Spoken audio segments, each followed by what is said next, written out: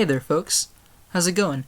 SociopathicOtter here, with another kind of analysis for 3 games this time instead of 1. So the games that I picked are Hollow Knight, Super Metroid, and Castlevania Aria of Sorrow, which is one of my personal favorites. So I chose these 3 games because 1, they hold a near and dear place in my heart as not just games, but as pieces of media which have really transformed the video game genre and the video game canon around the time that they were released. Number 2, they're just darned fun to play. And number 3, they were all massively influential for some specific genre when they were released. So I picked one specific aesthetic to look at in all 3 of these games, and that's color. I haven't talked about what's happening on screen in this Hollow Knight footage because I wanted you to kind of look at these dark blues combined with the light grays and whites of the fireflies. Just immerse yourself into this world and kind of visually take in what's so pretty as the lone wanderer here just kind of journeys through the tutorial section. Color is such an important part of games, I think, because it's what hits your eyeballs immediately when you launch a game, and it's what kind of keeps you in a game once you've started as a kind of visual component to your enjoyable experience. The stuff that you're seeing on screen is kind of indicative of that, I think. So you can see the lone wanderer just kind of meandering around here, maybe pogoing on some enemies if they're in his way, maybe trying to charge but ending up in a wall so he runs out of juice, or maybe just simply walking around and getting a glimpse of the beautiful background that Team Cherry somehow made the budget for. I'm incredibly impressed by Hollow Knight's art, and to me it's more than just a game, it's a work of art. Now, Hollow Knight isn't necessarily the kind of game that I would choose to play in my free time. It's not a game that's conducive necessarily to relaxation or to just having a chill gameplay experience, but one thing that it does fantastically is the artistic components. Hollow Knight is so pretty. For example, look at that kind of caterpillar egg-looking thing over there. The important thing to note here is how different shades and different colors provide a vibrant tone to the Hollow Knight world. Kind of reminds me of Dwebble from Pokemon, but I digress. Take this screen. We've got the dark black of the cobblestone, and that juxtaposes really nicely with the more darker blues in the background, and as I mentioned earlier, the whites and grays of the fireflies. Juxtaposed with the white as I jump into the spikes and die. Nice work, Lone Wanderer. Hollow Knight is especially pretty in this regard because it has this hauntingly beautiful component going for it. You see it in sorts of Renaissance paintings and those grotesquely overpriced paintings that very intellectual artists tend to like. Those kinds of ideas all meld together and are all appreciated by the community because they're hauntingly beautiful. Think Gothic. Hollow Knight, I think, encapsulates that Gothic feeling in video game form. And it does so by creating this whole package, this ludonarrative package, as I've grown fond of saying. You combine a gameplay which is difficult, and you combine that in this beautiful visual scenery, and that just creates a wonderful gaming experience for your eyeballs to just take in and enjoy. So the next scene in this little montage I put up is Dirtmouth. And Dirtmouth is particularly exciting to me, number 1, because it brings a whole bunch of different shades of blue into the picture. My favorite color is blue, actually, so I'm really digging this area. But it's just nice to see how all of the colors here are so bleak, not because bleakness in and of itself is a good trope, but because it combines to the general message of what Hollow Knight is trying to say. Also, I kind of enjoy just wandering around in this area of Dirtmouth here, and just taking a look at the background in the part just before the town. You can see the light surrounding the little knight as he wanders around, and of course, you can kind of see the shadows in the background, and see how the blues and the blacks and the whites all play off each other. It's hauntingly beautiful.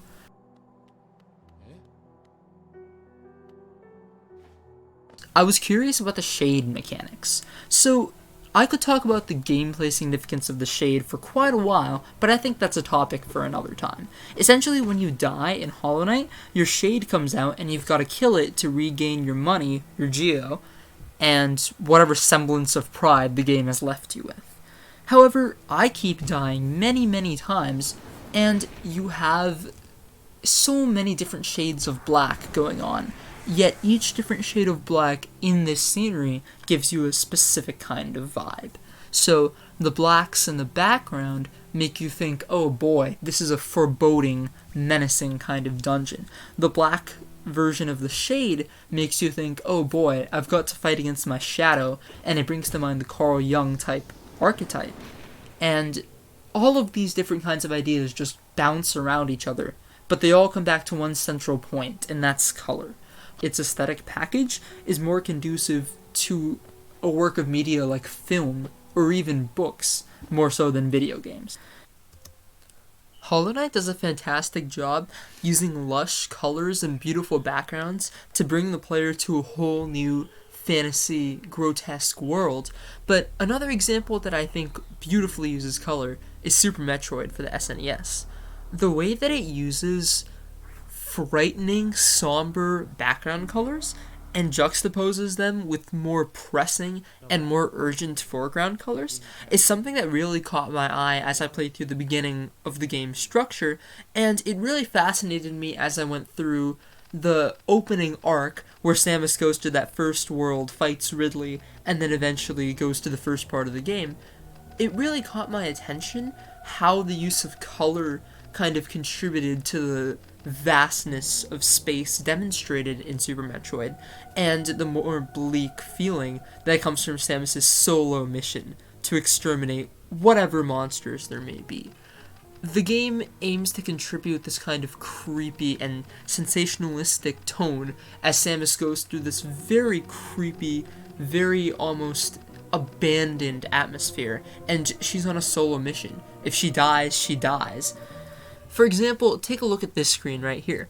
You've got the kind of grayscale, monotone color of Samus finding the baby Metroid, and of course, you've got the neon green against the black background as Samus kind of goes into the deep Metroid lore, which previously I never knew existed, as the game kind of segues into its opening arc.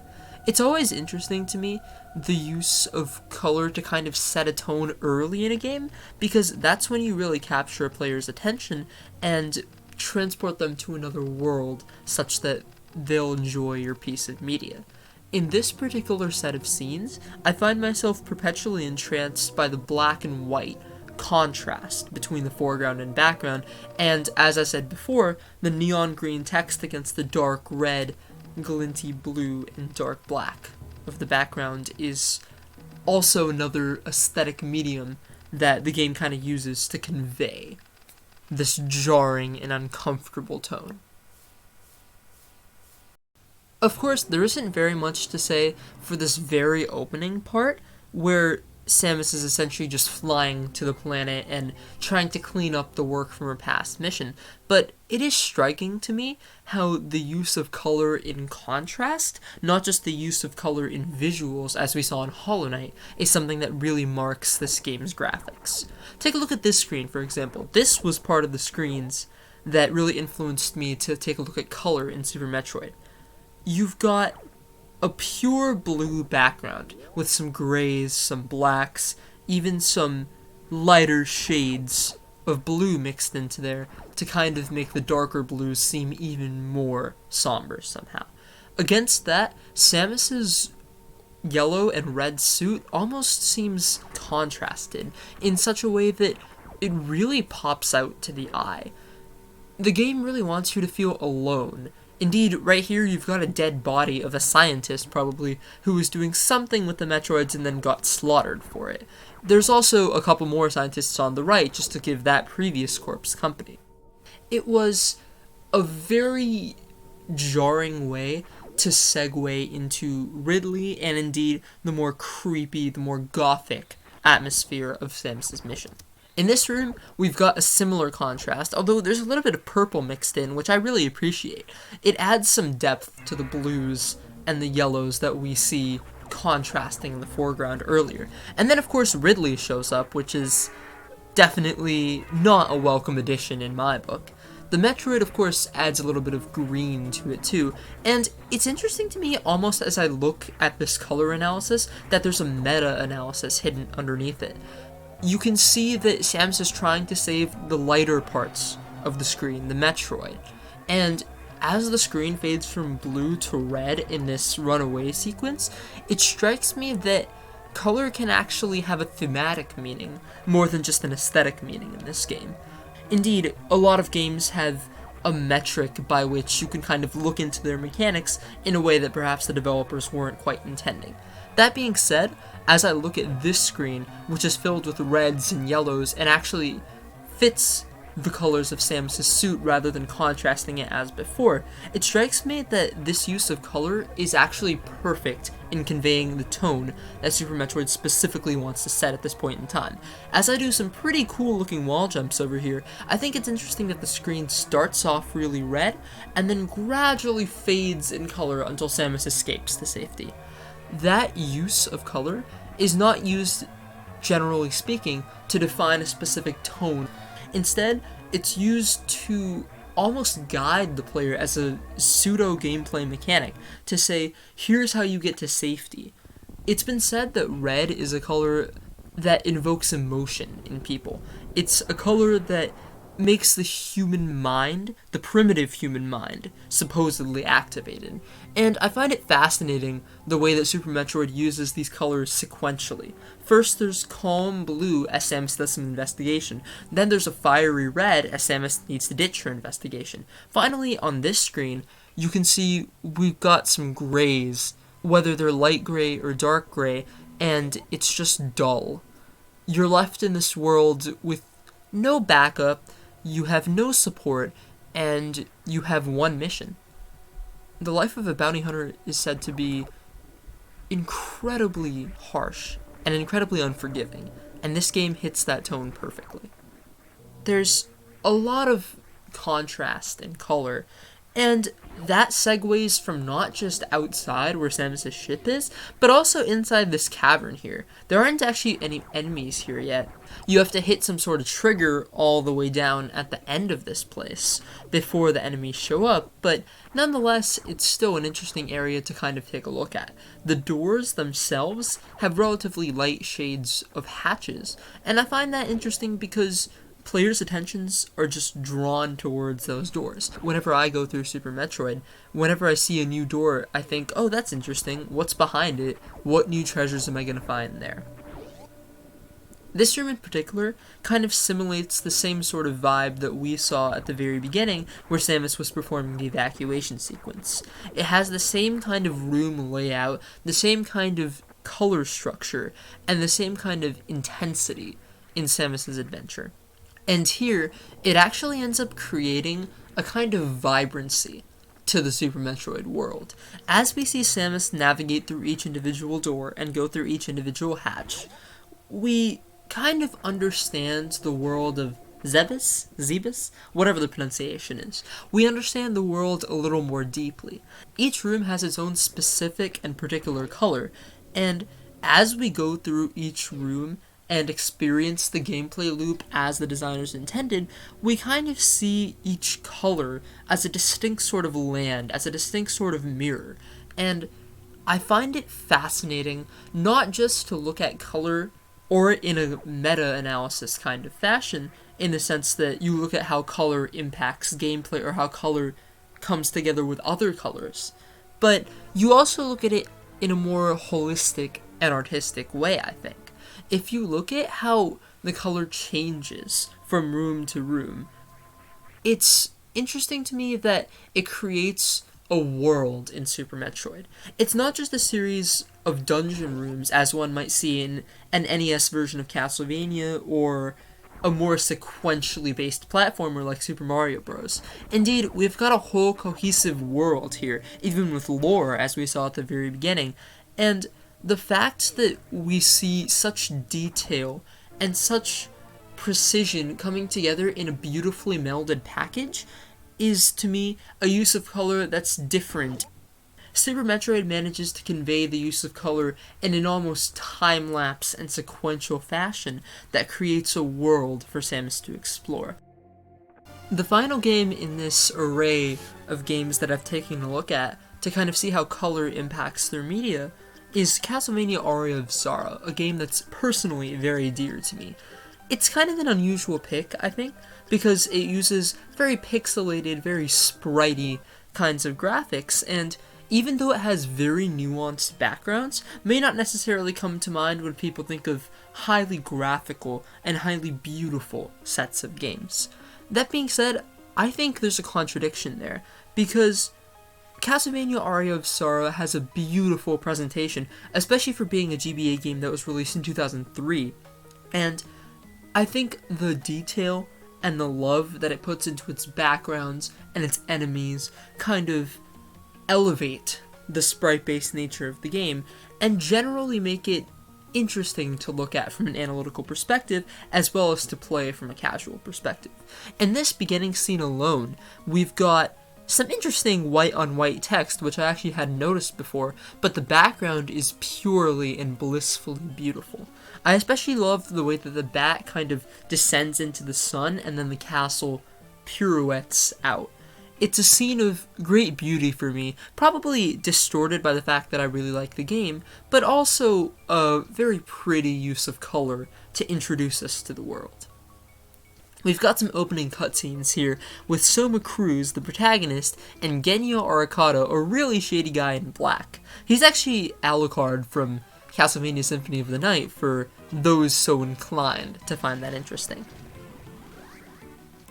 So, Castlevania Aria of Sorrow has got 3 kinds of souls. It replaces the heart system from previous games with a soul system, so Soma Cruz can kill stuff, take their souls, and then use their abilities for his own. There are 3 colors of souls here: red, which are offensive, blue, which are defensive, and yellow, which are passive. And obviously, for starters, we've got the 3 primary colors there, which is something I actually hadn't noticed, but hey, this is why you do these kinds of analyses. And of course, the thing that captivated me about Aria of Sorrow was the beauty of its backgrounds. You can see the moon shining brightly behind the disheveled and generally worn down walls of the castle, and the shots of the bats floating behind are just beautiful.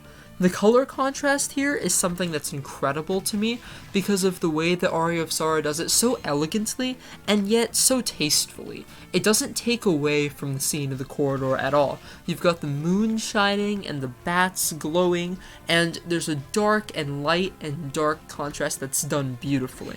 And then of course, we segue into the next room where Soma gets his first utility soul. There's a gray soul apparently, but it is interesting to me that you have this beautiful set of contrast of colors. And then of course you've got the save room, which I personally am a big fan of. You can see the Virgin Mary kind of aesthetic for the actual save room, and then the gargoyles at the top left and the top right. The way that the light is concentrated in the center of the picture, and then the darkness kind of circulates outwards, is something that really caught my eye when I first started playing this game, and it's something that I find continually incredible even after 2 or 3 playthroughs at this point.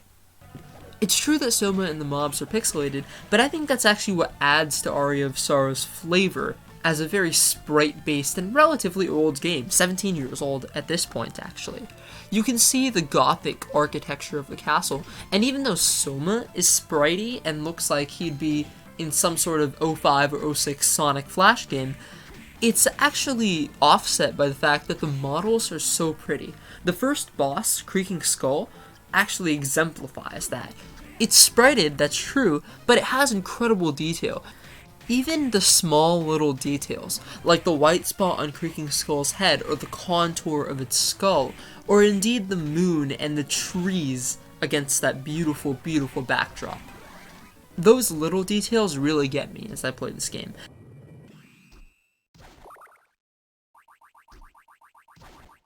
And as I come into another save room, it strikes me yet again the perfect composition of color here. There's warmth, there's kindness, there's a way for Soma to save his progress and find some relief in this hellish castle.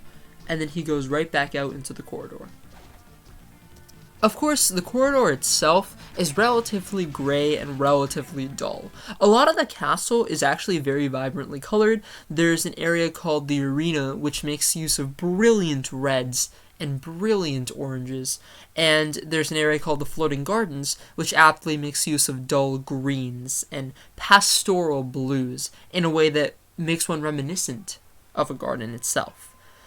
The way that Aria of Sorrow uses color is incredibly impressive to me, not because it's necessarily beautiful, but because it manages to display backgrounds and aesthetics and create a world of Dracula and of the gothic atmosphere that surrounds Dracula in a way that's really remarkable. In that way, it is very similar to Super Metroid, but I think the distinction lies in the reason behind the color and behind the aesthetics. So Super Metroid tries to create a very specific world for Samus to be afraid in and try to wade through her dangerous mission in. By contrast, Aria of Sorrow creates a world for Soma to walk through in much the same manner. He is afraid and he does have a quest to start a hero's journey, but at the same time, the focus is not on Soma as it is on Samus. The focus is on the background and the lushness and beauty of the castle in its own haunting way. I think the takeaway in looking at all these three sorts of games is that color has a fantastic use in developing the experience of a game and is a wonderful medium for actually presenting the game. Color does a lot more than I previously thought, actually, in delivering games' motifs and themes and general tones, and it's an excellent medium by which the experiencer of the video game feels something and is conveyed a message by the developers.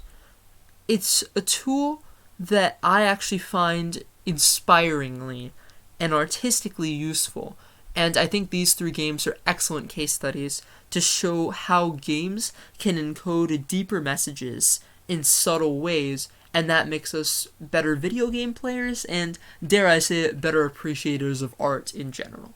And so, with those musings, I think that's pretty much all I've got for this video. Peace.